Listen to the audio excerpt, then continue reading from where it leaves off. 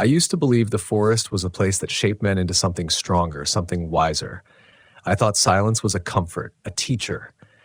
But I've learned that silence in the wild is also a warning. And sometimes what waits beneath the pines is not meant to be understood at all. My name is Carter Hale, 34 years old, senior ranger in the Stanislaus National Forest of California.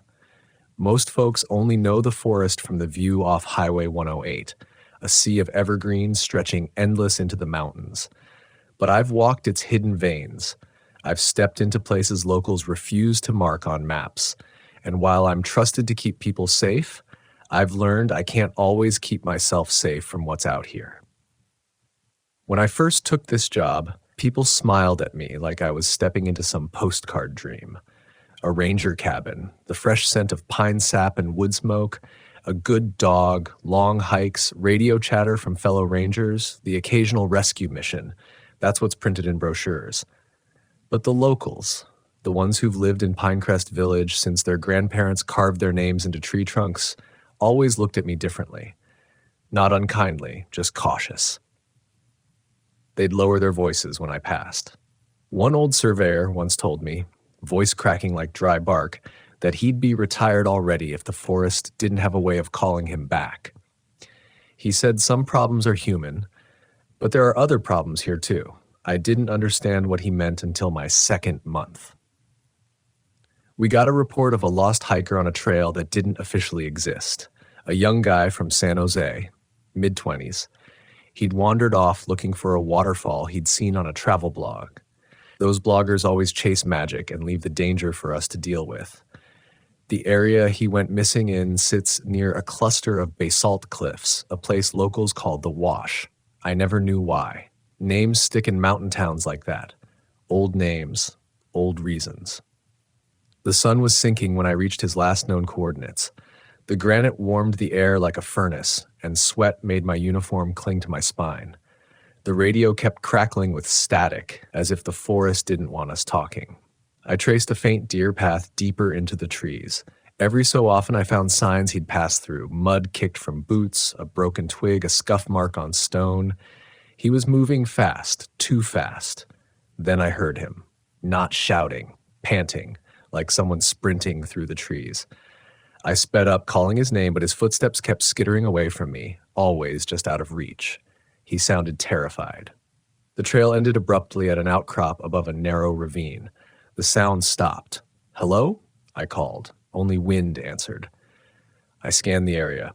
A lone backpack sat against a pine trunk, straps torn, dirt smeared across its fabric. Something had slammed this pack hard. I crouched to inspect it and found claw marks.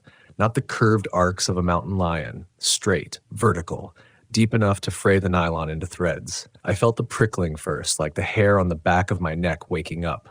It crawled over my arms, my scalp. The trees around me didn't move, but the forest felt like it was shifting closer. Watching. My boots scraped the dust as I stood, and I saw it. Across the ravine, a shape lingered between the pines. Too large to be a deer, too broad to be a bear. Its fur, if it was fur, hung in tangled ropes, darker than the bark around it.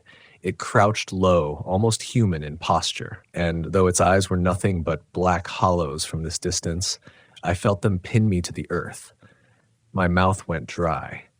For a heartbeat, neither of us moved. Then with a speed that didn't belong to something so massive, it folded into the shadows and was gone. Everything in me screamed to run, but I'm a ranger.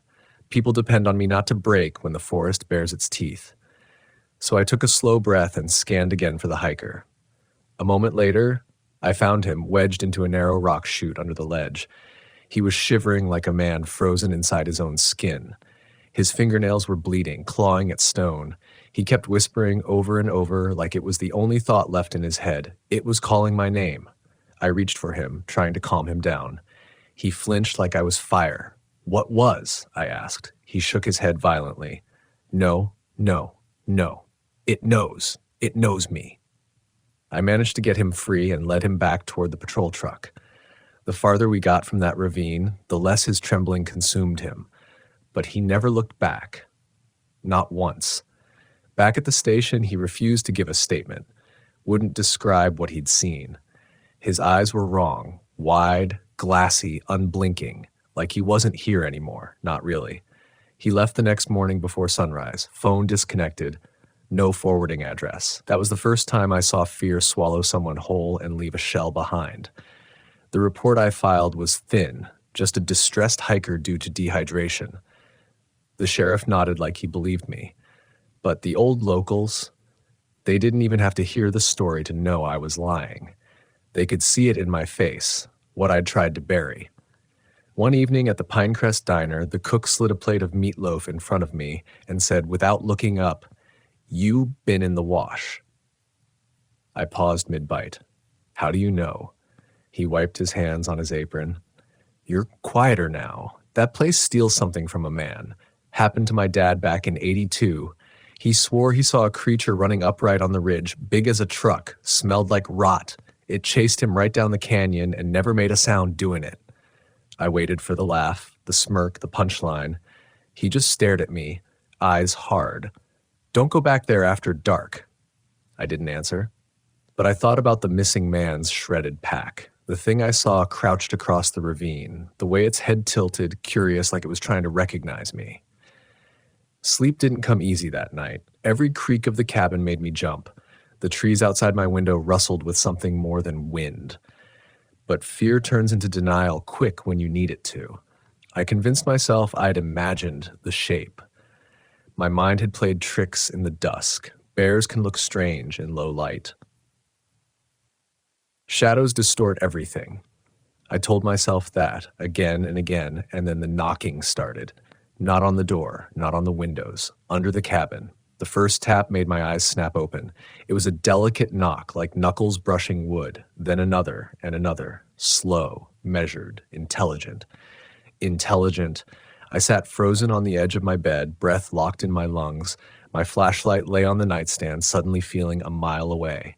The knocking stopped. I strained to hear anything. Breathing, scraping, movement, but the silence felt suffocating, as if the forest itself was holding its breath. Minutes passed. Then the cabin floor chilled beneath my bare feet, a cold that seeped straight into bone. That was when I heard it. A voice rising through the floorboards in a rasp of air, my name drawn out like a secret. "Carter!" My legs nearly buckled. I backed away from the bed, heart punching my ribs. Again, the whisper curled up from under the cabin. "Carter, come down." I stumbled toward the radio, barely able to hold it steady. Static was all I got. A storm hadn't moved in. The sky was clear. So why was the forest swallowing every frequency? A thud hit the underside of the cabin, making the floor jump. My entire body reacted, hands clamped to my ears, teeth clenched. It wasn't curiosity now. It was a command. Come down. The last thud rattled the walls. Light bulbs flickered. For a moment, I tasted metal, fear turning to adrenaline. I bolted for the door. The night air hit me like a wave of ice. I kept the cabin at my back, scanning the dark tree line for whatever was moving under the floor. Nothing. Just stillness. Too still. I didn't go back inside until dawn bled through the branches. And even then, I checked every inch of the cabin underside. Nothing disturbed, no prints, no sign of any animal, as if the night had been a dream, a hallucination, a test. But one thing convinced me I hadn't imagined any of it. Beneath the bedroom window, carved into the wood with long, straight claws, "Hello, Carter," and that was the beginning. People always ask rangers the same thing. Do you ever get scared out there alone? I used to smile and tell them fear was a choice, that preparation and training eliminate uncertainty, that fear belongs only to those who don't respect the land. Now, when they ask, I just say, yes, because ever since that night, I've known the forest doesn't care how prepared you are. It only cares how deep your roots go and how easily it can rip them out. I spent the morning pretending the claw marks were no more than vandalism. Kids sometimes sneaked up to cabins just to spook the new guy. But teenagers don't scale a raised foundation in pitch darkness. Teenagers don't whisper your name from beneath the floor.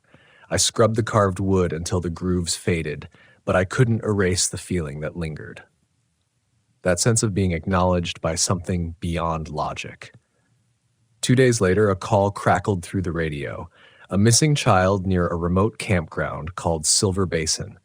It was the kind of place seasonal workers avoided.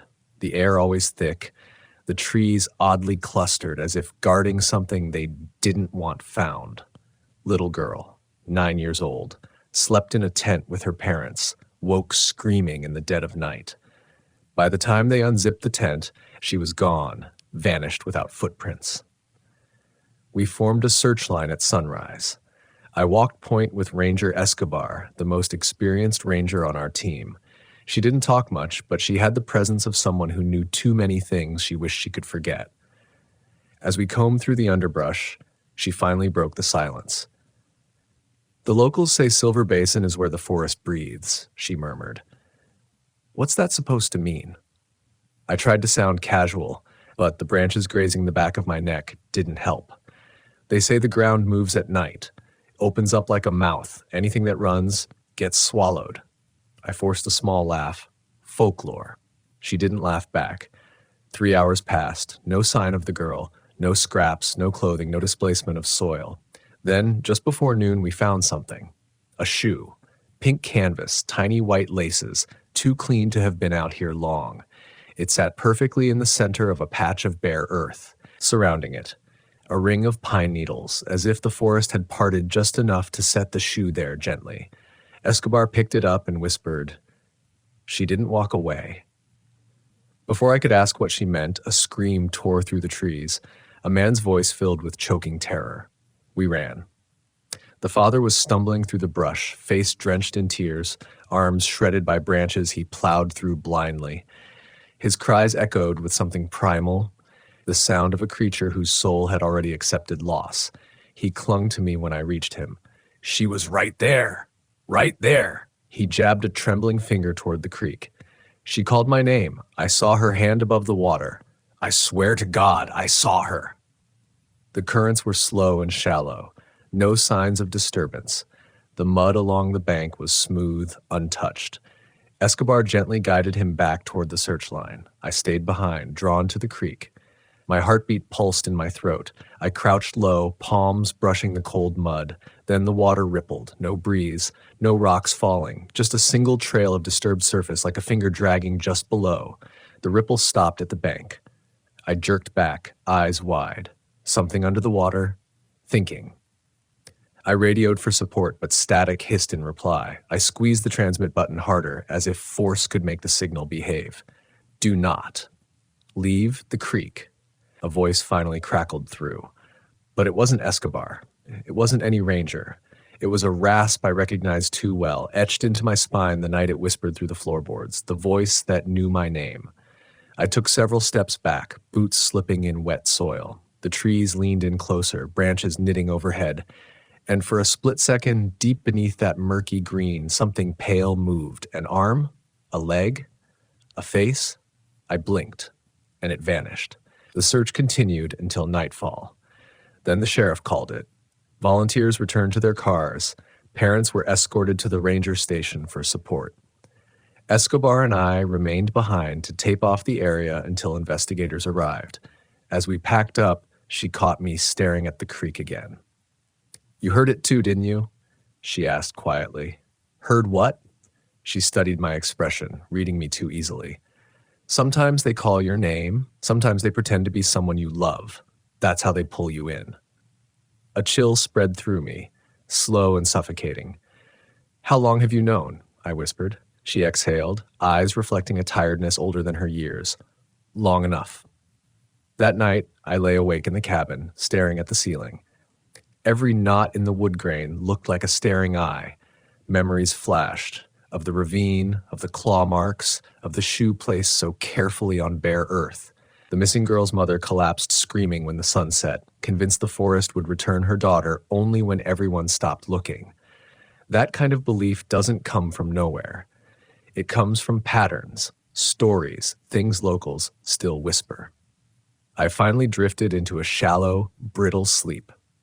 Then the dreams began. I stood in Silver Basin, the moon a thin blade above the treetops. The creek murmured like a voice too soft to decipher. Fireflies floated like lost souls, yellow bursts against black. A figure stepped from the shadows, small, barefoot, pink canvas shoe missing on one foot. The girl, her hair hung wet, dripping, her skin pale as frost. "Come find me," she said. Her voice was a perfect imitation of innocence, except there was something wrong in her smile. It was too wide, too sharp at the edges, like someone had stretched a child's face over a different intention. The trees behind her groaned. They bent away from her like they feared her presence. She tilted her head and whispered again, her voice now layered, like multiple throats speaking through one mouth. "Come, find me." Her missing foot dragged forward, leaving a small pool of dark water. Then her jaw slowly unhinged. Not in a scream, in an invitation. I tried to move, but roots coiled around my legs, rising from the soil. The creek gurgled louder, a hungry sound. The girl reached toward me, arm elongating unnaturally. And from her throat, a voice bubbled up, the same voice from beneath my cabin. "Carter!" I woke, choking on my own breath, sweat soaking the sheets. The room smelled like wet earth, muddy, suffocating. When I swung my legs off the mattress, the floorboards stung cold, as if the night itself had seeped into them. I turned on the lamp. A single footprint marked the wooden floor. Small, bare, soaking wet. My pulse stopped for a beat. I reached out with trembling fingers. Drops of water clung to the wood like tears. Then they began to spread, slow, widening, like something rising from below. I stumbled back, choking on panic. The footprint darkened, deepened, turning into a shadowed pit. A hole, no soil beneath, just open darkness. A whisper drifted up, soft and mournful. "Please help me." I slammed my boot down on the print. Wood was solid again. Just wood. But the water remained, glistening, refusing to dry. I tried wiping it with my shirt. The fabric came away soaked, yet the footprint stayed. I stared at the door, at the window, at the silent forest outside. I wasn't alone anymore. I hadn't been since the ravine. I collapsed into the desk chair and sat there until dawn bled the world back into something human. The footprint finally faded as sunlight touched it. At breakfast, the old cook slid a coffee toward me. No smile this time. "You saw her," he said. My throat tightened. "What do you know?" He leaned in, voice a low quake. "The pines don't just shelter the lost. Sometimes they take them. And when they do, they wear the faces of the ones who scream loudest when they go." He glanced at the door, then back at me. "You're marked now. It'll call you again." I wanted to argue, wanted to shout that he was crazy. But the fear in his eyes wasn't the fear of someone with wild ideas. It was the fear of someone who's heard the knocking too. He nodded toward the forest outside the cafe window. "When it does call, don't answer." But the problem is, I already had, and the forest knew it. I should have reported everything, the claw marks, the voice, the footprint, but I didn't. Partly because I knew what they'd think, a ranger cracking under pressure, seeing monsters in the dark, mostly because a part of me feared that speaking it aloud would make it more real, like naming a nightmare gives it permission to follow you into the day. So I pretended. I kept hiking trails. I answered radio calls. I smiled at tourists who had no idea what stalked these trees. Normality became camouflage. But fear has a scent, sharp, metallic, like blood before it hits the air, and predators always smell it. It was late August when the next incident happened. A group of college kids from Modesto were camping near an old fire road, closed for years due to unstable ground. They ignored the signs. Curiosity and cheap beer don't respect warnings. Their screams tore through the night like ripping paper. When Escobar and I arrived, they were already halfway down the trail, stumbling over each other in panic. One was missing, Evan, a sophomore with a camera strapped to his chest. They said he'd wandered toward an abandoned mine shaft, daring the others to follow. But when he disappeared from sight, so did his voice. Like he just blinked out, one girl sobbed, mascara streaked down her cheeks. We reached the mine, just a jagged wound in the hillside. Rocks and broken timbers framed the opening like a mouth about to close.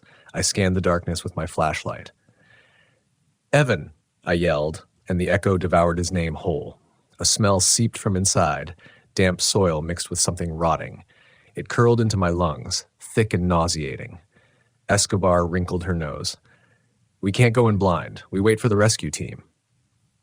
The others nodded, grateful.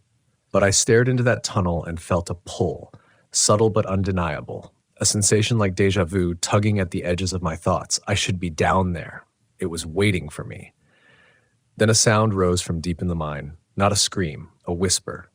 Carter, the voice I'd heard beneath the cabin, beneath the girl's throat, beneath reason. My blood turned cold. Escobar grabbed my arm. Don't. But the whisper came again.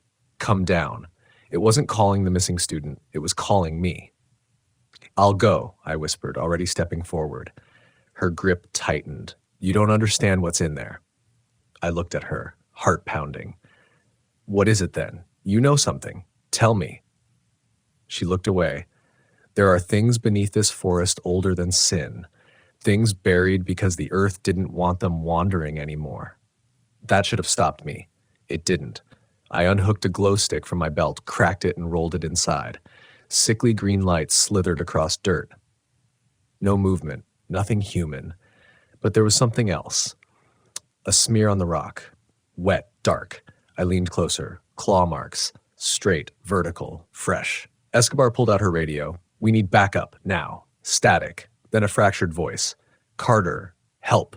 Evan's voice, barely recognizable. It's using him, Escobar said. You go in. None of us will see you again. The college kids huddled together, faces pale as the moon. I felt their fear crawling onto my skin, mingling with my own. Still, I couldn't walk away. Not after the girl in the creek.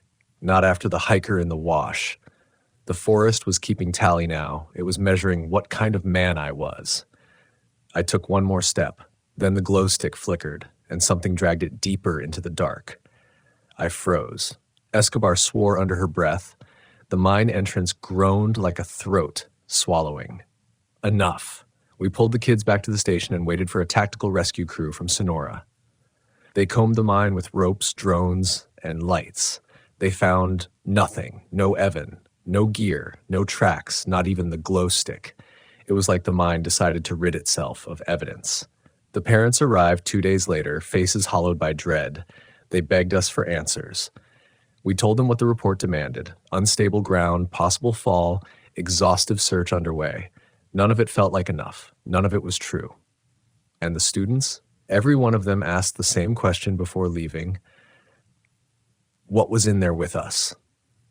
We had no answer that wouldn't make them return with guns and gasoline. That night, Escobar knocked on my cabin door. Urgent, eyes wild. We're being hunted, she whispered. She pulled me outside and pointed toward the tree line. Something moved between the pines, stealthy, silent. My hand went instinctively to my sidearm. It's watching us, she said, but it wants you most. Branches creaked, as if confirming it.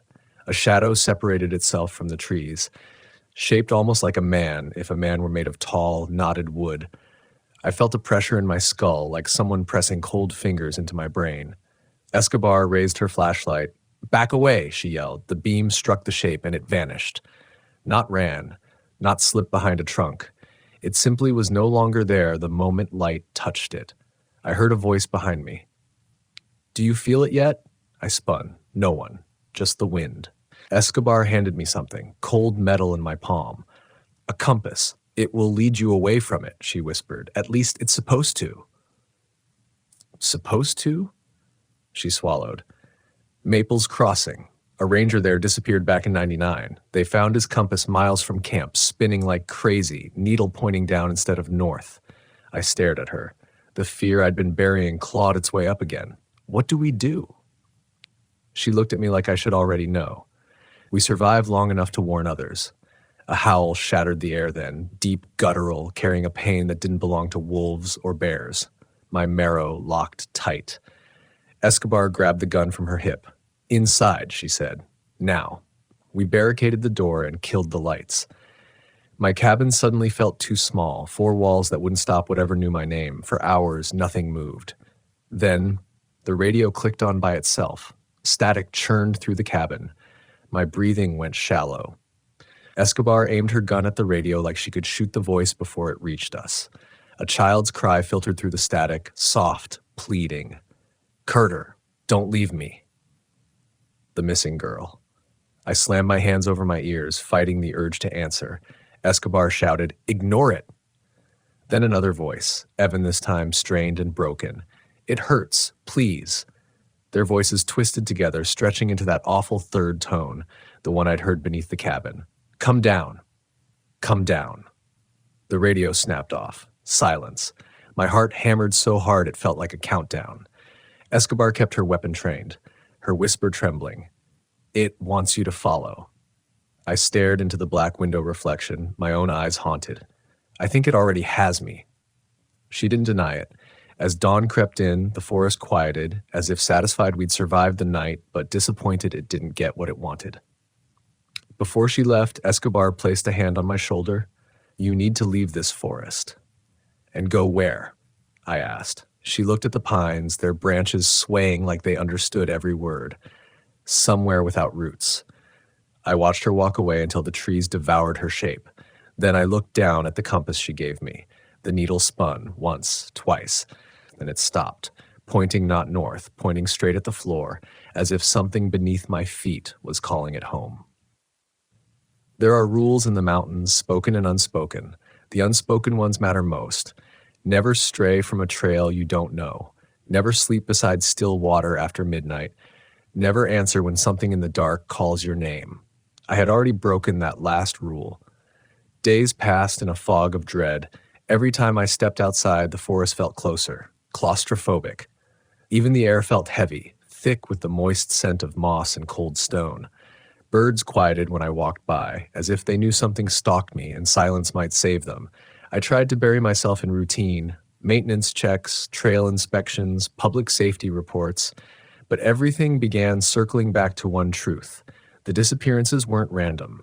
The wash, Silver Basin, the old mine, all of them aligned on a map, a rough triangle, and my cabin sat at the center. That terrified me more than the voices ever could. One evening, I drove down to Pinecrest Village for dinner. The diner was nearly empty, just a pair of old fishermen and the cook behind the counter. He looked up as I entered, eyes shadowed with worry. "You still here?" he said, not asking. "Got a job to do." He snorted like that wasn't an answer.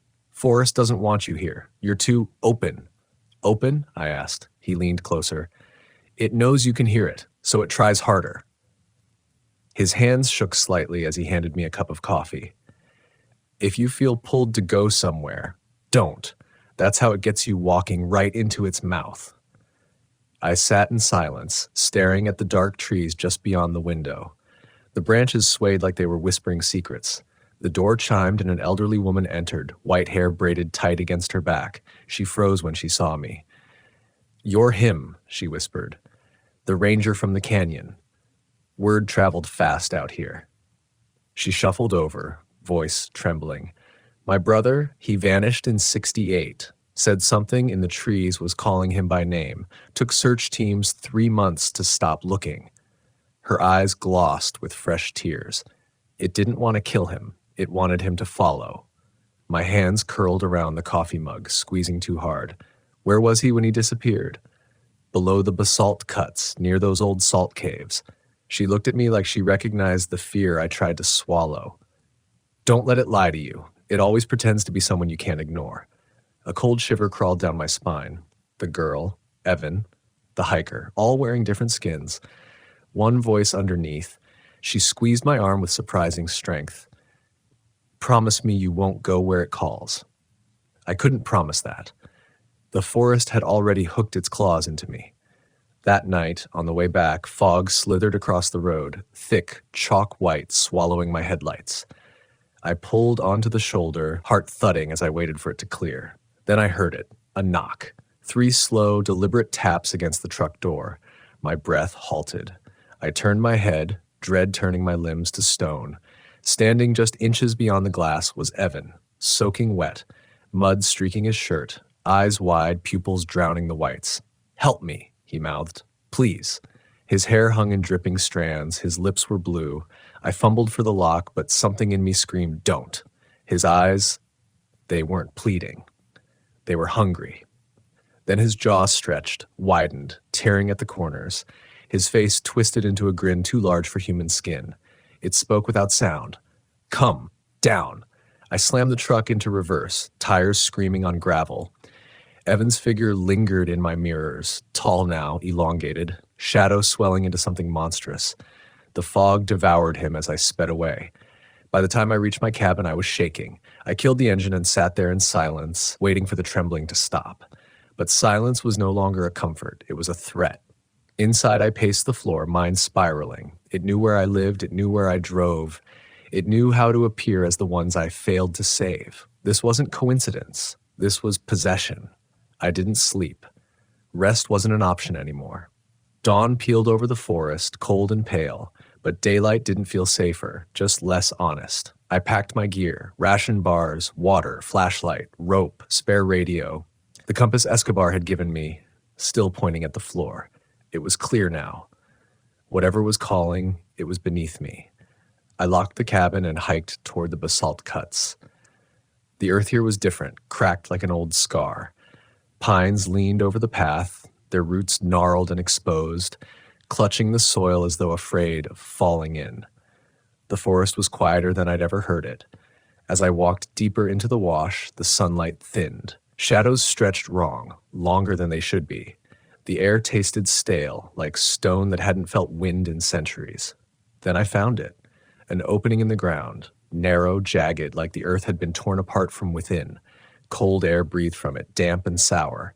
My flashlight beam hit carved stone descending into blackness. Not natural, not erosion. This was a door. The compass needle trembled violently, then stilled, pointing straight down. My head swam with a single realization.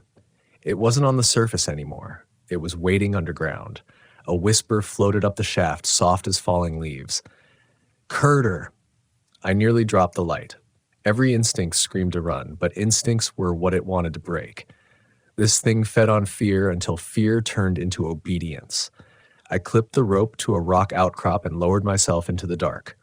The walls squeezed tighter the deeper I went. My boots scraped loose gravel, echoing in a way that made it sound like someone followed just a footstep behind. Breath fogged in front of me. The temperature dropped fast. After minutes or hours, I hit the bottom. My beam cut through cavern air, revealing rough tunnels branching like roots. A foul, wet stench rolled through them, decay and fungus and something alive. Then I saw them. Scratches on the cavern wall, tall, straight gouges, identical to the marks on the hiker's backpack. And beneath them, carved by a shaking hand, "It knows your name," I spun. Every direction looked the same, tunnels, splitting tunnels, earth pressing closer. It would be easy to get lost down here. Too easy. A soft splash echoed nearby, flashlight up. Shallow pools reflected the beam, inky black water rippling as though something had just slipped beneath. I backed away slowly, steps careful. Then the air changed. Warm breath brushed the back of my neck. I froze. Fingers, long and cold, slid over my shoulder. "Come down," the voice rasped behind me. I whipped around, swinging the beam wildly. Not a creature, a face. The missing girl. Her skin sagged as if water had soaked and softened it. Her mouth hung open in a silent cry. Behind her, shapes moved, half-formed, crawling from the stone like bodies remembered by Earth. Evan stepped forward, except his limbs bent wrong, joints twisted backward like a marionette cut loose. His voice gurgled through a throat filled with water. "Help us." More figures emerged, crowding, stumbling, eyes hollow, faces slack, voices layered. "We are not dead. We are not alive. We are in between." I stumbled back, heart screaming, brain clawing for escape. Then something rose from the floor behind them, taller than any man. Its body was a mass of vines and rotting fur. Its ribs showed through mud-caked hide. Its skull, if it had one, bulged with twisted bone. It stared with black sockets, and I felt myself sinking into that void. It opened its maw, and dozens of voices spilled out, overlapping, discordant. "You answered." I turned and ran. The tunnels writhed, narrowing, choking me. Hands clawed from the walls, grabbing my pack, ripping at straps. I tore free, skin scraping rock. The beam shook, lighting fragments of nightmare, faces stitched by darkness, roots slithering like veins. Ahead, a shaft of pale light. The rope. I lunged, grasping it as something enormous slammed into the cavern beneath me. The rope jerked. My shoulders nearly dislocated. I climbed, legs burning, lungs tearing. A voice roared up the shaft. "You are ours." Hands, cold, skeletal, scratched at my boots. I kicked free. My fingers clawed the rock edge. I rolled onto the surface as the earth shuddered beneath me. Something howled from below, a sound of hunger denied. I cut the rope. The cavern swallowed the frayed end, and silence fell, thick, suffocating, final. I crawled away, dragging my trembling body through pine needles. The trees loomed above me, watching, waiting. When I finally collapsed at the trailhead, the sun was high, warm on my skin, grounding me in the world of the living. I heard footsteps rushing toward me. Escobar. She dropped to her knees, gripping my shoulders. "What did you do?" she gasped. I shook my head, unable to speak. She looked past me, toward the dark line of trees. "They'll come for you now," she whispered. "You went into their home." I stared at her, mind numb, terror raw. "They already have." Escobar drove me back to headquarters, but I barely remembered the road beneath us. My pulse still hammered with the rhythm of the thing's voice echoing through the cavern. My mind replayed the moment its breath touched the back of my neck. I kept seeing their faces, those who followed it, those it took. We tried to write the report, tried to act like rangers again. But everything we put down, every official word, felt like we were lying to ourselves. Ground subsidence near basalt cuts, unsafe conditions at Old Shaft, evacuation recommended. None of it said what mattered. There's a predator beneath the pines, one that wears the voices of the missing. Escobar typed for hours. At some point, she just stopped, staring blank at the screen. "What did you see down there?" she finally asked. "The truth." I swallowed, throat raw. "It collects people, keeps them between whatever comes next." She shivered. "You think they're alive?" Alive wasn't the right word, but dead wasn't either. "They're owned," I whispered. She leaned back, exhausted, haunted. "If we say any of that, they'll fire us." "I don't care," I said, and I meant it. "We can't pretend it's nothing." But she shook her head. "We have to be smart, Carter, or they'll silence us before the forest does." Her words blazed hot with fear, the kind only survivors understand. I stepped outside, needing air. The sun should have comforted me, but its warmth felt temporary. The pines cast long shadows, stretching toward me like grasping fingers. Something cracked a branch just inside the tree line, too heavy for deer, too bold for bear. My hand hovered near the radio, but I didn't call Escobar. I walked toward the sound, boots crunching gravel. At the forest edge, where sunlight turned to shadow, I saw a figure, the missing girl. She stood barefoot in the duff, hair dripping, head tilted.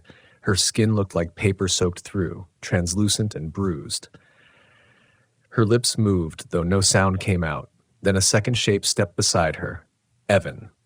Clothes torn, jaw unhinged slightly like a doll with a broken hinge. Then the hiker from the wash, the same hollow stare, 3 silhouettes, all familiar, all wrong. I backed away like breath strangled in my chest. "Not now," I whispered, "not again." Their necks twisted in unison as if something behind them pulled invisible strings. 3 voices. His layered growl beneath theirs rumbled through the clearing. "Come back." I turned and ran. I heard them shift, feet dragging, twigs snapping, but I didn't look back. The door locked behind me the instant I slammed it. Escobar stared at me, eyes wide. "What did you see?" "Everyone," I gasped. "Everything the forest took, standing." She cursed under her breath and grabbed the radio. "We need to call state authorities." The lights died. Darkness swallowed us whole. The radio squealed with static, then crackled into a voice made of pain. "Carter!" The floor vibrated. Papers slid from the desk. The building groaned like wood under a buried weight. Escobar raised her weapon, breath shaking. "Stay behind me," she whispered. I knew a gun wouldn't matter. Bullets don't hurt hunger. A window shattered down the hall. Wind rushed in, but it carried no leaves, no chill, only silence. Something stepped inside. We crept toward the sound, hearts like war drums in our chests. Escobar kept her flashlight trained forward, and the beam cut through empty air, trembling. A shape crawled into view at the far end of the corridor. Long limbs, too many joints, fur matted with mud. It pulled itself forward like its bones dragged behind the flesh. Its eyes were pits deeper than any cave. It didn't attack, it stared. Then it tilted its head and spoke. "You tasted the dark. The voice wasn't a roar or a growl. It was thousands of people speaking at once, every voice I had ever heard cry for help. Escobar fired. 3 shots cracked through the hallway, deafening, but the shape didn't flinch. It leaned closer, mouth opening into a wet, dripping maw. "Your name is ours now." Escobar grabbed my wrist. "Back! Back!" We ran for the exit. Another window shattered. Another voice cried out, "Not human." Outside, the sky churned black, clouds tightening like fists overhead. The pines pressed inward, branches scraping the roof like nails. We sprinted toward the truck. Then the ground split open, a gash in the earth, fresh, jagged, blocking the lot. Cold air surged from below, the same air I tasted in the cavern. The creature crawled out behind us, faster now, fluid, hungry. Escobar shoved me hard. "Get in the truck!" I stumbled into the passenger seat. She tore into the driver's side, engine roaring alive. Gravel sprayed as we sped down the road, tires screaming against the turns. In the mirror, shapes chasing, flickering through trees. Dozens of them, clawing at trunks, matching our speed. "They won't stop," I said, voice cracking. "They have to," she insisted, but her knuckles whitened around the wheel. Lightning ripped the sky open. Thunder shook the ridgeline. A silhouette dropped into the road ahead. Massive, towering, wearing the forest like a cloak. It turned toward us as headlights sliced its form into a silhouette of bone and root. Escobar swerved. The truck fishtailed. We skidded off-road, tumbling down a slope, metal crunching, glass raining like ice. My head slammed against the dash. Darkness burst behind my eyes. When I came back to myself, my body ached everywhere. The cabin roof bowed inward. Steam hissed from the hood. Rain hammered the windshield. Escobar sat slumped over the wheel, barely breathing. "Hey," I whispered, shaking her shoulder. "Stay with me." Her eyes fluttered open. "Carter, don't let them." She choked on the rest. Outside, footsteps scraped against the overturned truck. Slow, dragging steps, like graves learning to walk. I forced the door open, every muscle screaming. Rain soaked me instantly. I pulled Escobar free and half-carried her to a boulder under a leaning pine. Shapes approached, faces I knew, bodies twisted wrong, whispering my name through splitting jaws. Escobar clutched my arm. "I can't run." "I'm not leaving you," I said.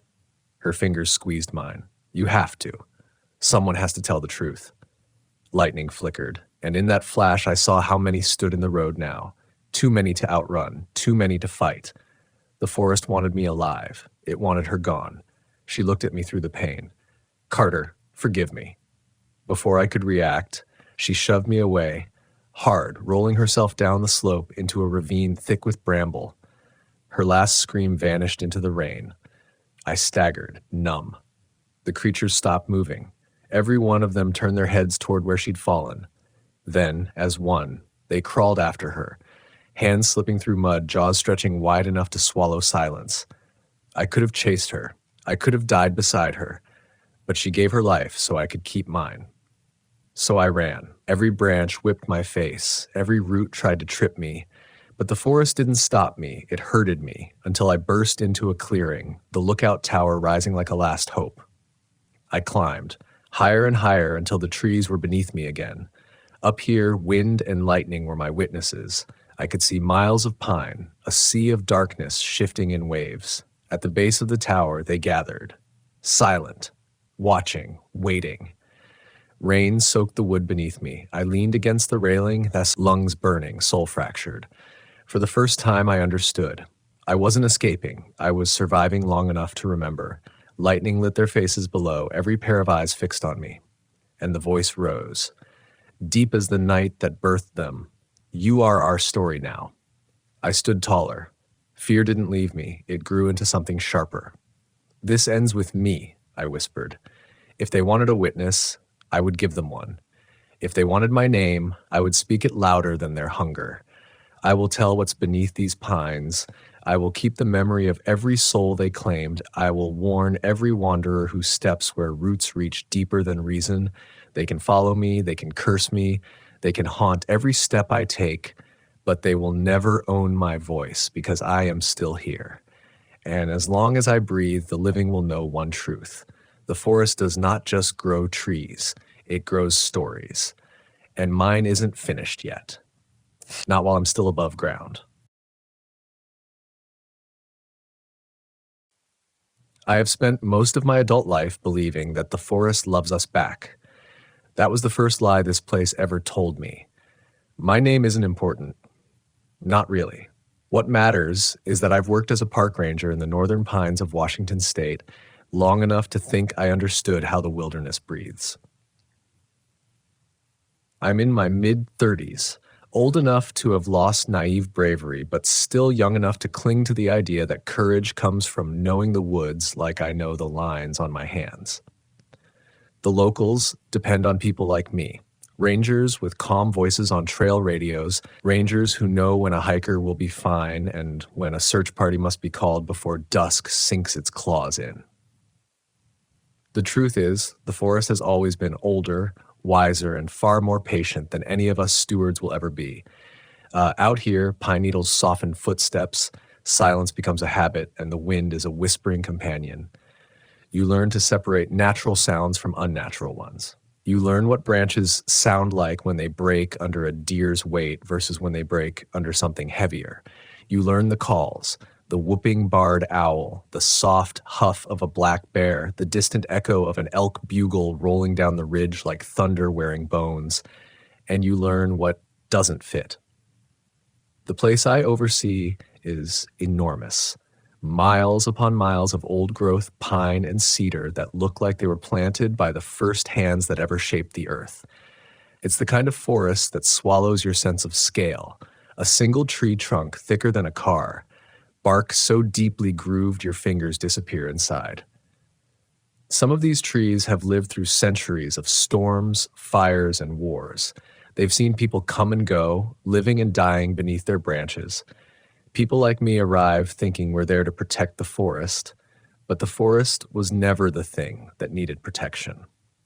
The locals, the ones who've lived around these woods longer than my career, have their own language for speaking about the darkness out here. They don't call them myths. They don't call them legends. They say, quietly, with eyes lowered, stories we still whisper. Not because they're old, but because the forest might be listening. My first real glimpse into that truth didn't come from a dramatic rescue or a nighttime chase. It started with subtle wrongness, things that tugged at the edge of my awareness that I brushed away as tricks of tired eyes. A missing shoe print pattern on a trail I knew had been walked only hours earlier. A hollow tree that seemed to move just a little when you looked too long. A shape like a hunched man in the fog, gone as soon as I dared blink. You rationalize at first. That's the only way to stay sane. When I first arrived in this district years ago, an older ranger named Kelly took me under his wing. He had that rugged look, leathery skin, hair silvered by decades in mountain sun, gaze always scanning tree line to tree line. He'd grown up around here, and he understood these woods better than anyone who ever wore the badge. It was Kelly who warned me, the first night we sat outside headquarters sipping stale coffee, that being a ranger meant respecting stories as much as facts. You'll hear things, he told me, not looking directly at me, but instead focusing on the tree line behind me, as if expecting something to emerge any second. Not from tourists, locals. They'll talk about presences, a thing in the pines. Don't mock them. Don't correct them. Listen. There are truths out here that are older than laws. I laughed back then, nervously. Thought it was just his way of hazing the new guy. But he didn't laugh. He just sipped his coffee, shoulders tense. You think I'm messing with you, he whispered. You'll know soon enough. That was the first time I felt it. The shift.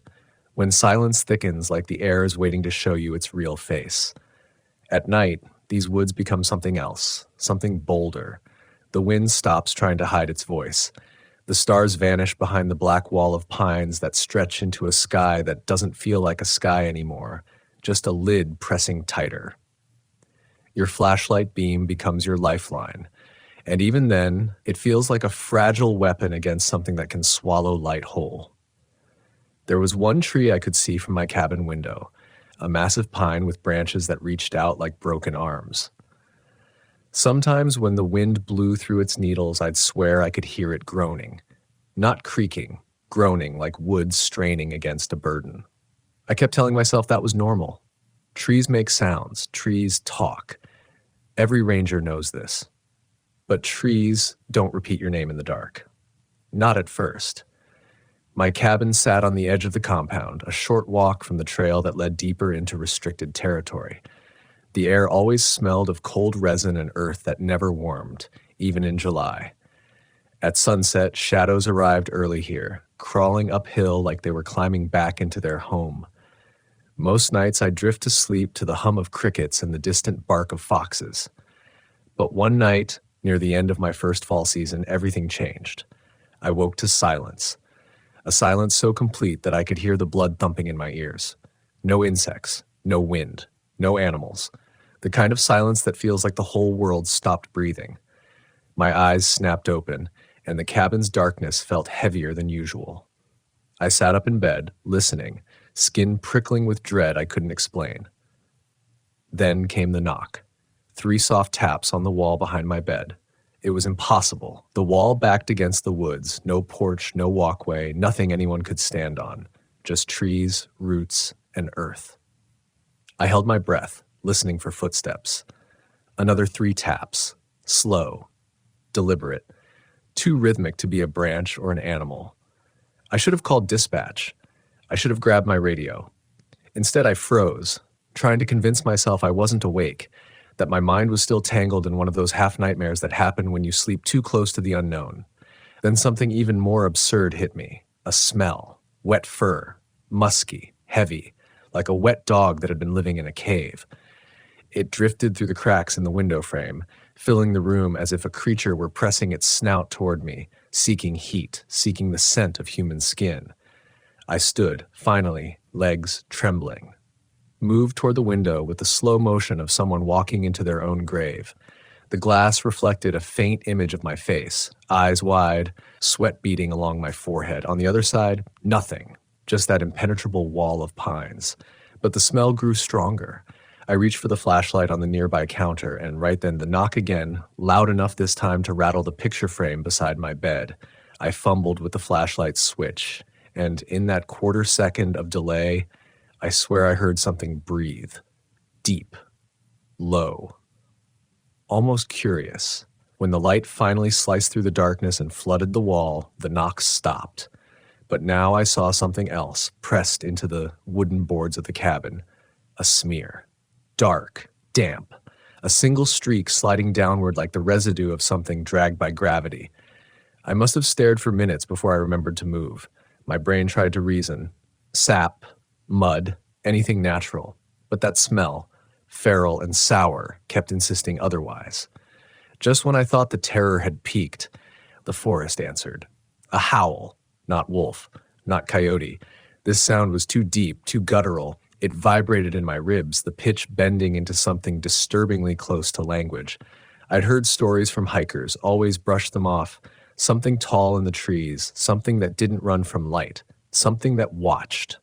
I whispered aloud into the darkness, words I'd never spoken before without irony. Is someone out there? The forest growled back. Instinct surged, run, hide, escape, but there was no direction that felt safe. My cabin was a box made of wood, nails, and false confidence. Slowly the silence returned, leaving only my ragged breath and the distant echo of that howl ringing in the back of my skull. When the smell finally faded, I sat awake until morning, gripping that flashlight like it was a weapon.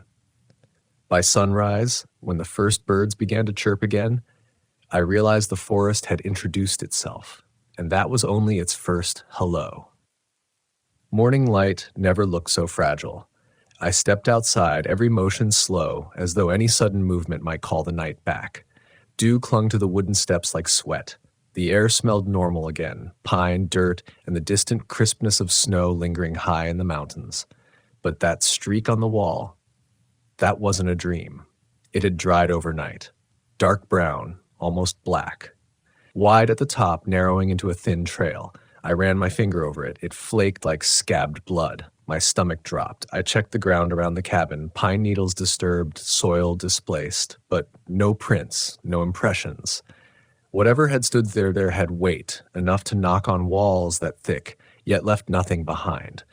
That was almost worse than seeing tracks. It meant intelligence. It meant purpose. I didn't report it. Cowardice? Pride? Maybe both. I imagined how it'd sound over the radio. "Hey, dispatch, something knocked on my cabin last night, but I couldn't see it and it smelled weird." I could already hear the laughter in the break room. So I cleaned the mark off the wall and spent the rest of the day convincing myself it was unimportant, that fear had oversold the moment. Still, every crunch of a branch behind me made me twist around. My eyes were drawn repeatedly to the tree line, searching for any disruption among the shadows. A few days passed, nothing strange. The woods resumed their stories. Woodpeckers tapping like seaside typewriters, squirrels chasing each other up trunks, a distant waterfall stitching the valley together. Panic retreated. Rationality returned like a faithful old friend I'd betrayed. I wanted normal back. But the forest wasn't done with me. One afternoon, I was doing routine checks along a lesser-used trail. It's a place the locals call Cold Hollow. They say the sun avoids it. That light bends wrong there. I used to laugh at that kind of thing. Trees just block the sun. That's how forests work. Except Cold Hollow is different. It's as if the cold sinks into the soil itself, and every step deeper feels like you're walking into a cellar that never warms. Birds don't sing there. The breeze never reaches that pocket of earth. I always walked through with an uneasy haste. That day, I reached the old cabin, an abandoned ranger outpost from decades ago. Its roof sagged, windows boarded, door permanently sealed shut with rusted nails, except one nail had been pulled out, freshly. I crouched. The nail still had flakes of wood attached, meaning it had been yanked recently. The bottom of the door had a gap now, big enough for something to crawl under. Something strong. As I stood, I heard a rustle from inside. Heavy, not like a rodent or raccoon. More like shifting meat. The smell hit me then, that same musky, wet fur scent that had seeped into my cabin that night. I stepped back, hand hovering near my sidearm. The silence was absolute. Even my heartbeat seemed too loud. I cleared my throat and tried to steady my voice. "Hello? Anyone inside?" Bad idea. Whatever was in there moved faster than anything I'd ever heard. Boards creaked, nails groaned, and the entire shack seemed to exhale. It wasn't coming toward the door. It was repositioning, like a predator circling its cage the moment it smells blood. Instinct surged, leave. I started backing down the trail, eyes glued to the gaps between those warped boards, half expecting a hand, no, a paw, to slide through and drag me closer. Then, knuckles. On wood. 3 knocks. Slow. Mocking. Just like my cabin wall. My voice cracked. "Who's there?" No answer. Only another slow scrape across the inside of the door, like something was dragging its nails down the grain, memorizing its shape. I didn't run. I forced myself not to. Panic is bait, and whatever was inside that cabin enjoyed the chase. It wasn't until I'd put 20 yards between us that it stopped moving. The forest swallowed the silence again, but this time the quiet sounded like laughter. On the hike back to headquarters, my thoughts spun between explanations I didn't believe. Bear? No. Bears don't knock. Mountain lion? Absolutely not. Someone messing with me? No footprints, no vehicle tracks, nothing on the trail cameras. That night, I didn't sleep. I sat up with my coat still on, boots laced tight. I told myself it was just preparedness, but really it was fear clutching my throat. The next morning, Kelly returned from leave. I cornered him before he even finished unloading his truck. He read the panic in my face before I said a word. "You saw something," he muttered. I nodded. He looked past me again toward the Pine Ridge. "I told you the stories were true." I asked him what he meant, and that's when he told me something the locals rarely share with outsiders. They say the pines here keep spirits inside, things that used to walk upright, beings older than tribes, older than settlers. Some folks call them the Tall Ones. Some call them the Pine Watchers. I think there are more than one. They're not ghosts, they're not animals, but they're good at pretending to be either. I wanted to interrupt, challenge him, but I didn't. The look in his eyes wasn't superstition. It was memory. You said they're watching, I said. Watching what? Us, he replied flatly, waiting for us to wander too far or too deep. They like to test people, knock on walls, follow hunters, scratch cabins. They don't show themselves until they're ready. And when they're ready? I whispered. Kelly looked at me then. Not like a mentor, not like a friend, but like a man walking through trauma he'd buried years ago. People go missing, and when we find the remains, he swallowed. They look like they ran from something so terrifying it changed their bones. I didn't want details. My imagination was doing fine all on its own. The next weeks dragged by in a haze of anxiety. Every patrol felt like a dare. Every tree looked like a sentinel. The daylight felt borrowed. And then came winter. Snow arrived heavy that year, weighed down the branches until they hung low like suffering shoulders. The forest seemed to shrink in, pulling its secrets tighter. With fewer tourists, the nights became longer, quieter, and far more intimate. That's when the dreams began. I'd wake in the dark, sweating, lungs burning, after running through endless trees in my sleep. I never saw what chased me, but I always heard it. The breathing. Sometimes slow, almost curious. Sometimes a growl rising into language. The smell followed me into waking. I tried reporting the disturbing wildlife behavior, left out the parts about blood on the wall and nocturnal knocks, but I could see the doubt on the superintendent's face. Rangers are supposed to be the rational ones, the calm ones, the protectors. Fear isn't in our job description. So instead of raising alarms, I kept patrolling. I kept pretending. One night, around mid-December, I was called out to search for a missing hiker, someone who had wandered off a designated trail near Cold Hollow. She had called 911 in a panic, whispering that something was following her. Then the call cut out. We mobilized instantly. Headlamps and search dogs, radios crackling instructions. We found her backpack half buried in the snow within the first 30 minutes. Then we found the prints. Human footprints, hers running. Then beside them, massive impressions. Not prints I could identify, not bear, not elk, not anything cataloged in wildlife manuals. They were long, too long, and the depth, whatever made them, had weight. Tremendous weight. Every few yards, her prints stuttered, like she'd tripped, struggled to keep moving. And every time that happened, those other tracks closed in closer. The dogs refused to keep following, hackles raised, whining, backing up hard against their handlers. One even tried to wriggle out of his harness to run back to the vehicles. Night grew deeper. The cold gnawed harder, and the dread inside me twisted so violently I felt sick. We found her shoe first.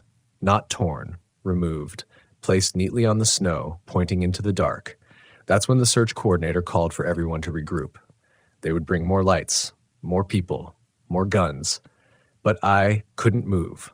That shoe felt like a message, like something was telling us exactly how far we were allowed to come. The radios buzzed, wind howled across the ridge. My flashlight flickered once. And then a knock, far away, but unmistakable. 3 slow taps echoing through the trees. Every ranger froze. Nobody spoke. The dogs howled, one long mournful cry, and from somewhere just beyond where the shoe lay, breathing. Wet, hot, hungry. My heart slammed so hard I thought my ribs might crack. I stepped back once, twice, and the breathing followed. It wanted us to hear it, not chase it, not confront it, just know it was there. Watching, choosing. Someone grabbed my coat and yanked me backwards, snapping me out of my paralysis. We retreated fast, spotlights swinging wildly through the trees, radios screaming for volunteers to get back to the vehicles. My legs moved on muscle memory. My mind stayed behind in the dark, staring at that shoe, imagining what wore the other footprints. The missing woman was never found, but for weeks afterward, every time I passed through that part of the forest, I smelled her fear and something else. Triumph. Because whatever had hunted her, still hunted. There's a point where fear stops being a reaction and becomes a companion. It settles into your bones, it learns your routines, it waits for you each night, curled somewhere in the dark corner of the room, breathing softly, smiling without lips. That winter was when I stopped thinking of fear as an intruder and started recognizing it as something that lived here long before I did. But January changed everything. It was the night I truly understood that this forest didn't just contain something dangerous. It was protecting it. We had a maintenance bunker near the ridge, a place to store tools and emergency supplies, small steel structure, padlock, the kind of place no one thinks twice about, except someone had been thinking about it. Because one morning, I hiked up there to check storm damage and found the lock twisted off, metal bent as if squeezed by a hydraulic press. Inside, things were missing. A first aid kit, a thermal blanket, canned food, a flare gun. At first I thought, desperate hiker, someone starving, freezing, someone human. But then I saw the claw marks, 4 slashes carved deep into the metal wall inside. Not decoration, a message. I backed out slowly, pulse pounding through my gloves. Snow muffled everything around me, muting sound into a smothering silence. To the left, the tree line loomed, dense pines leaning inward like they were eavesdropping. I scanned the shadows, knowing full well if something was watching, it was already too close. Radio static crackled in my ear. Status?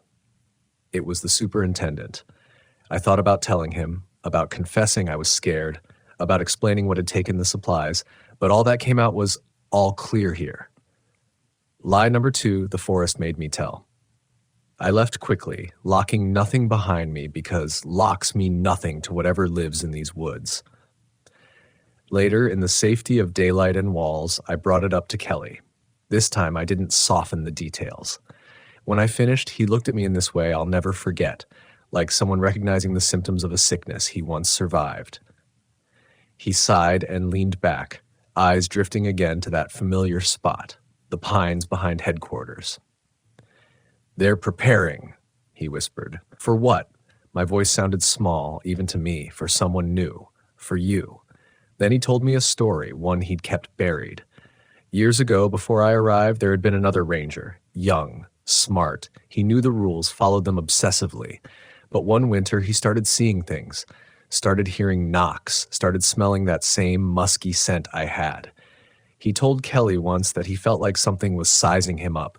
He thought he was being hunted? I asked. No, Kelly replied. He thought he was being chosen. Chosen for what, he never said. Because one night, he disappeared. Cabin door wide open. His radio left on his desk still switched to the channel we all monitor at night. No signs of struggle, no tracks leading away. Just one thing left behind on the floor. His boots, placed neatly together, pointing into the woods. That image wouldn't leave my head. It clung to me like burrs caught in fabric. I saw that woman's shoe, the ranger's boots, my own fear lining up like footwear waiting to join them. What if the forest was not hunting out of hunger? What if it was collecting? By late winter, the incidents escalated. I would find prints in the snow behind vehicles, large, deep, always in places that suggested someone was leaning close, listening. Trees would shake violently even when winds were still. Once on a night patrol, I heard a low laughter echoing between the trunks. Not cheerful, mocking, mimicking a human sound, but with something primal beneath it, something that scraped against the inside of my skull. The locals wouldn't come near the park anymore. They'd nod to me in town, force polite smiles, but their eyes were different now. They looked at me like I was a ghost already walking, like they were sorry, not for what I'd seen, but for what I would see. And then, something unusual happened. For months, whatever was stalking the cabin at night, whatever was knocking and breathing, stayed unseen. That changed on a frozen February evening when I stepped out to grab firewood. The world was silver and quiet. Stars felt sharp enough to cut skin. I turned toward the stack of split logs and froze. In the snow, right beside the woodpile, stood a shape, tall, broad, still. It wasn't fully illuminated, just the faintest silhouette against the snow glow. Shoulders too high, arms too long, head crowned by something that was either tangled hair or rising bone. I couldn't breathe, couldn't blink. Then it inhaled. The sound was wet, alive, deadly. Slowly it leaned forward like a man bending to inspect an ant. I felt pinned to the earth, unable to move beneath a gaze that never needed eyes. My flashlight was in my pocket. I didn't dare reach for it. Somehow I knew light would reveal a truth my mind wasn't prepared to survive. The thing took one heavy step. Snow groaned under its weight. Something primal inside me snapped. I stumbled back into the cabin and slammed the door, my shaking hands throwing the lock even though I knew that lock was a joke. The thing outside paused again, listening, deciding. 3 knocks. Just one final greeting. Then it walked away, and the night swallowed it back. I didn't sleep again, not really. Sleep implies peace. I just closed my eyes and waited for morning. Spring thaw brought relief to some, melting snow, return of trails, sunlight cutting through treetops again. But for me, it brought clarity. Tracks appeared in mud now, bigger than any I'd ever measured. 7-toed. Long stride. Always paralleling mine, just far enough away to say I could have reached you if I wanted. Sometimes I'd smell it before I saw the evidence. That swampy scent lingering like the forest's breath was turning rotten. One afternoon, while marking fallen trees near Cold Hollow, I heard a sudden snap behind me. Close, I turned. Nothing. But the silence afterward? Too complete. Too aware. I didn't linger. The locals had another name for Cold Hollow I'd never heard until then, the mouth of the pines. They claimed the earth there wasn't just soil, it was a lid, a barrier. Below it, old things waited, sleeping, listening, and sometimes the lid shifted. I started asking questions I shouldn't have. I visited the oldest resident in the nearest town, an 80-something woman who lived alone beside a ravine. She greeted me with fear already in her eyes, as though she'd been expecting me. "You've been marked," she said before I asked anything. "I don't believe in curses," I tried to joke. "You don't have to believe," she replied. "They do." I asked her what they were. Creatures? Spirits? Monsters? She shook her head. Guardians. That word stunned me. What are they guarding? Her voice lowered into a near shiver. Something worse. The way she said it made the air feel colder. Then she told me about the Cave of Three, the place even locals refuse to speak of unless the sun is high and laughter is near. She said there are 3 mouths in the earth beneath this forest, 3 caves that connect to a deeper darkness. The Pine Watchers guard those entrances. They protect the world above from what slumbers below. But sometimes, she whispered, they take people down as offerings, or maybe warnings. My blood chilled. Warnings of what? She stared at me for a long time before answering. That the pines are not ours, the dead here do not rest, and the caves below, they remember. Every part of me wanted to deny her, to argue, to cling to reason like it was a life raft. But denial was now the most fragile part of me. Night after night, the forest reminded me that I was trespassing in a story much older than humans. The knocks continued, always 3, always from different angles around the cabin, sometimes soft, sometimes so loud the dishes in my cabinets rattled. Some nights I'd find handprints on the windows in the morning, too large to be human, too smeared to be accidental. Then came the whisper. One night, lying awake and staring at the dark ceiling, I heard a single word spoken from outside the wall. Down. Not loud, not aggressive, just beckoning. Every instinct begged me to stay in bed, remain still, pretend I didn't hear it. But curiosity is its own predator. It stalks you from within. I rose, barely breathing, moving toward the window in small steps. Outside, the forest swayed slightly in the breeze. Then I saw it. The massive pine directly across from my cabin was bleeding. Thick, dark sap oozed down its bark like veins bursting open. And there, at the base, a hole. Freshly dug, large enough for a man to crawl into. Large enough for something bigger to crawl out. That musky scent poured from it like steam from a hot meal. Something shifted inside the dark tunnel, scraping soil. Wet breath. The word came again. Down. I staggered back from the glass, heart pounding so hard my vision shook. I clamped my hands over my ears as if that would keep out the voice. But it wasn't coming from outside anymore. It felt like it was whispering from inside my skull. The Pine Watchers weren't choosing me to hunt. They were inviting me, welcoming me, claiming me, and the worst part, they knew I would return to that hole, because fear is a leash, and they were holding the other end. I didn't sleep after seeing that hole. Couldn't. Every time I closed my eyes, I imagined hands, huge, clawed, dripping with resin, reaching up from that darkness to drag me into the soil. My cabin felt like a coffin perched above something hungry. But by morning, the rational part of me, the one that still clung to the badge and the oath, forced control back into my lungs. I told myself I imagined the whisper. I told myself that sap looks darker at night. I told myself the hole was a washed-out burrow, maybe a fox den widened by heavy rain. Lies, every one of them. But lies can be comforting when the truth begins to rot your sanity. I stood at my window for long before I dared step outside. The early sunlight pushed trembling gold through the pines, warming the frost-kissed needles. Birds returned, chirping their morning gossip. All the terror of the night seemed like a nightmare dissolving into day. Almost. The hole was still there. I crouched near it, breath tight and shallow. The earth around the opening was freshly disturbed, claw marks dragging soil back like something forced its way up from beneath. And the smell, that same rancid musk, like wet fur trapped under dead moss, drifting thick from the darkness. My flashlight beam revealed only 8 or 9 feet inward before the tunnel curved down sharply into blackness. The dirt walls were ribbed with roots like veins under skin. Something thumped deeper in the dark, just once, like a heavy body shifting its weight. I stumbled back, adrenaline clawing my insides. Whatever lived in there did not belong to sunlight.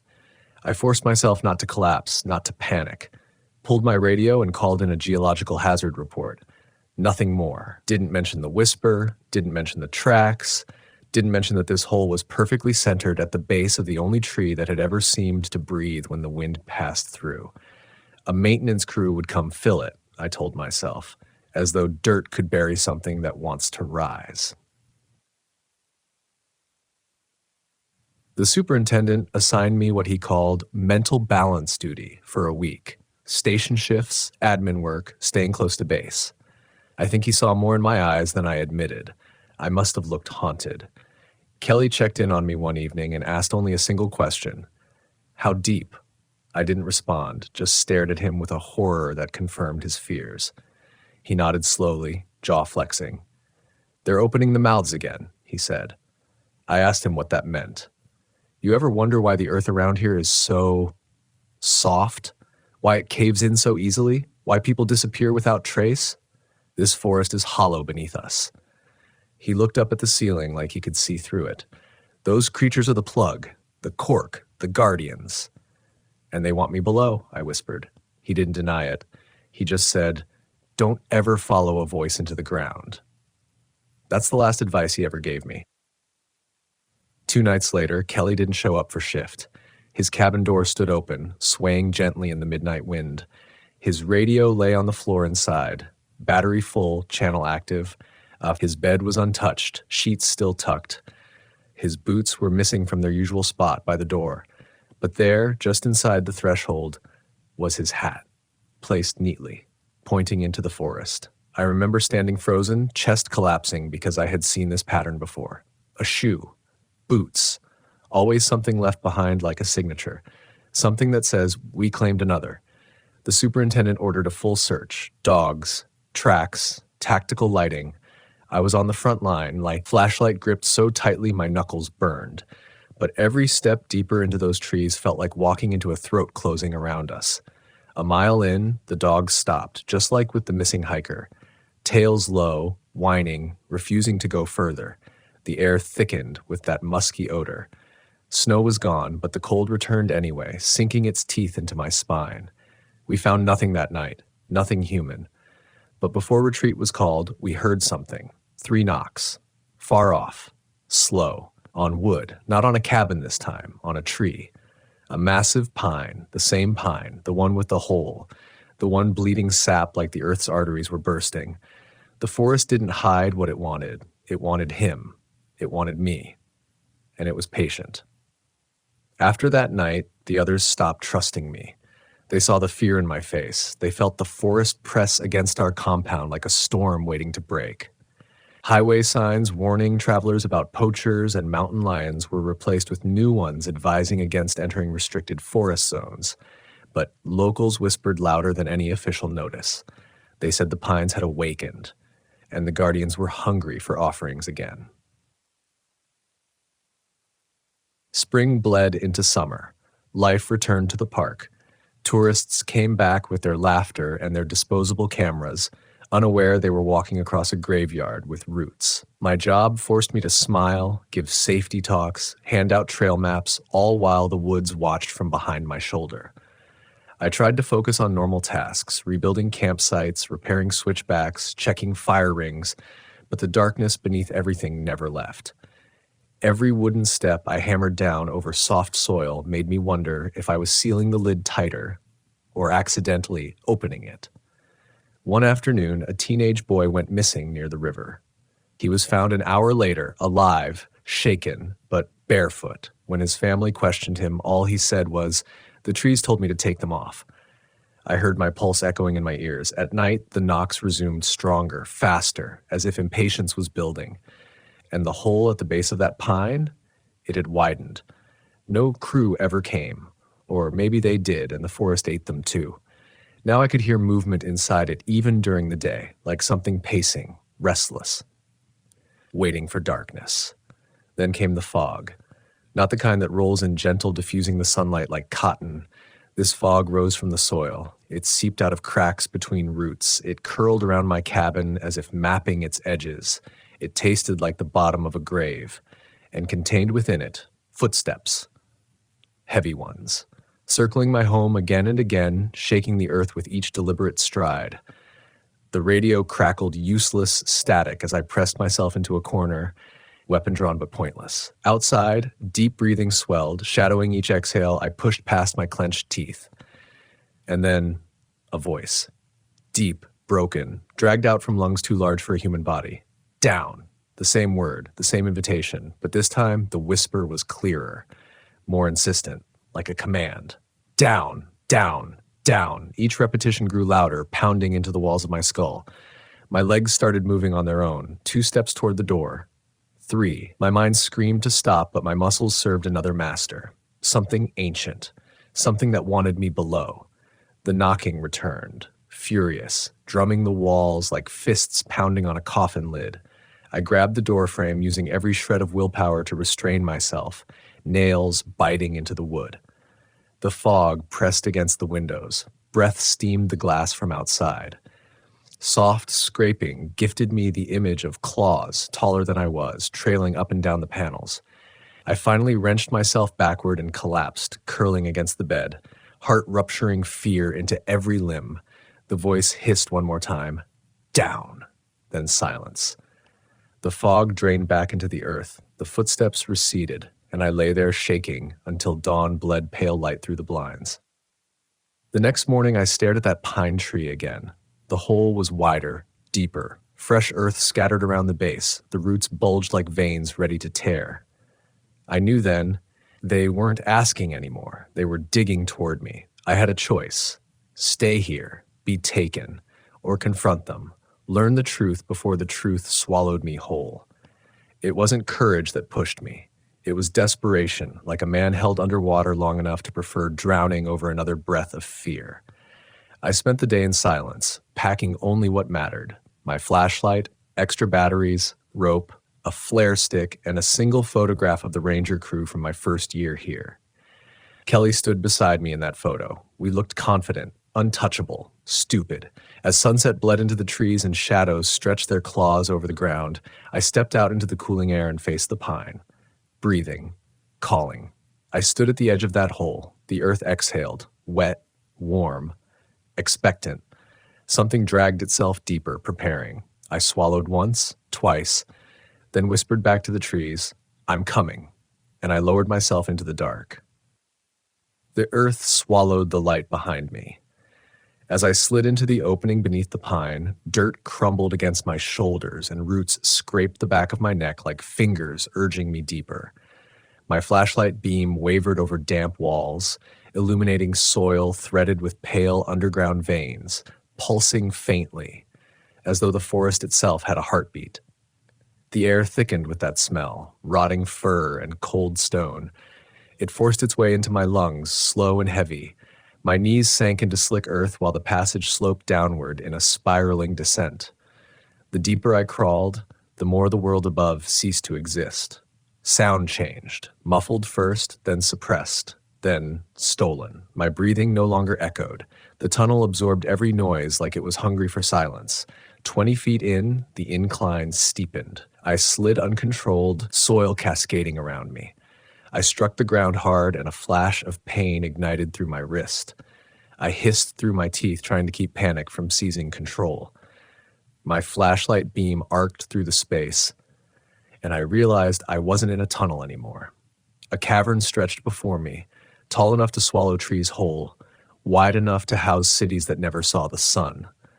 Stalactites hung like fangs from the ceiling, and the floor was uneven rock choked with matted moss. Water dripped somewhere distant, slow, rhythmic, a heartbeat deeper than mine. This was no den. This was an entrance. The Cave of Three. Kelly had fallen into one of the mouths, so had that ranger before him, so had that woman lost in the woods, all swallowed by the same hunger lurking in the earth, and now I joined them. A low thump reverberated through the floor, the same sound I had heard beneath the pine. My flashlight flickered. I smacked it once, desperate, not because light would save me, but because darkness would finish the job. I forced myself to move, slow steps over gibbering moss that clung to my boots like grasping hands. Every nerve urged me to turn back, to scramble up the tunnel and flee into the illusion of safety. But this place demanded truth, and truth had already chosen me. As I moved forward, shapes emerged from the shadows, tall rocks at first glance, but too smooth, too deliberate. I drew closer. No, not rocks. Figures, statues of people, rangers carved by time and terror, bodies frozen mid-scream, hands clawing for escape, legs twisted behind them as though someone had dragged them backward into stone so fast their bones didn't have time to break. But their faces looked familiar. 1, 2, 3, eyes wide, mouths open. Kelly, the missing woman, the ranger from the old story. They stood like warnings, like trophies. Their boots were gone. My trembling hand brushed the stone cheek of the missing ranger. The cold burned my fingertips. His expression was locked into a moment of despair the earth had preserved with reverence. The ground beneath me trembled again. Something was waking, something colossal. A sound formed in the dark at bones grinding, flesh dragging. Each movement arrived with a pressure change, air pulsing like lungs inhaling the cavern's stale breath. My flashlight caught motion, massive, shifting motion, and the beam sputtered, unable to capture shape, only size. Then, footsteps. Each one shook the cavern. Dust rained from the ceiling. My ribs vibrated, rattling with the force. It stepped into the edge of the light. First, a limb, long as a telephone pole, fur matted with mud and blood, muscles swelling under skin like coiled steel. Claws dug into stone, leaving gouges deep enough to swallow my arm. Then the torso, thick, barrel-like, pulsing with power. The chest rose and fell with each slow inhale, sucking air with the confidence of a thing that has never once questioned its dominance. Finally, the head. A silhouette taller than I ever believed a living creature could be. A crown of twisted bone or antler. No, not antler. Roots grown into a skull that looked carved from bark and nightmare. 2 eyes burned above teeth that did not fit a mammal's mouth. Then a voice. Its voice scraped across the cavern walls, deeper than thunder. Down. Not asking now. Demanding. I couldn't speak, couldn't move, could only tremble as the cavern, the whole forest, seemed to inhale in anticipation. Behind the creature, 2 more shapes stirred. 3. The Cave of Three. The Guardians. I understood then they weren't the threat. They were the wall between us, and something beneath that wall, something worse than them, something that should never be awake. They protected the world. But to protect it, they needed to feed. One giant hand lowered toward me, palm open, larger than my entire body, waiting for me to accept, waiting for me to surrender without a fight. Tears blurred my vision, not from fear, from clarity. I thought of Kelly, of the missing woman, of every person this forest had claimed. They hadn't been killed, they had been given, offerings to seal the darkness, sacrifices the pines would remember. I shook my head, not defiantly, just collapsing beneath realization. No. The cavern shook, displeased. The claw descended. I drew the flare stick from my belt with a hand that barely remembered strength. With a snap and a spark, red fire roared to life, blinding, furious, a desperate imitation of daylight. The creature recoiled, eyes flaring with shock. Its hands swung upward, claws slicing the air just inches from my skull. I backed away, flare raised like a sword of burning defiance. The guardians screamed, not a roar, but a sound ancient and tortured, echoing through tunnels older than bones. Pain, anger. A warning to the world above that the seal was cracking. I stumbled backward through the cavern, heart pounding like a war drum. The flare hissed, smoke choking the air, but its light, its beautiful light, kept the shadows at bay. The tunnel back to the surface rose ahead of me like the throat of a beast. I scrambled upward, hands, knees, elbows shredding against rock. Behind me, the cavern groaned, walls shaking, guardians howling, the earth itself trying to pull me back like a tongue-dragging prey into a deeper maw.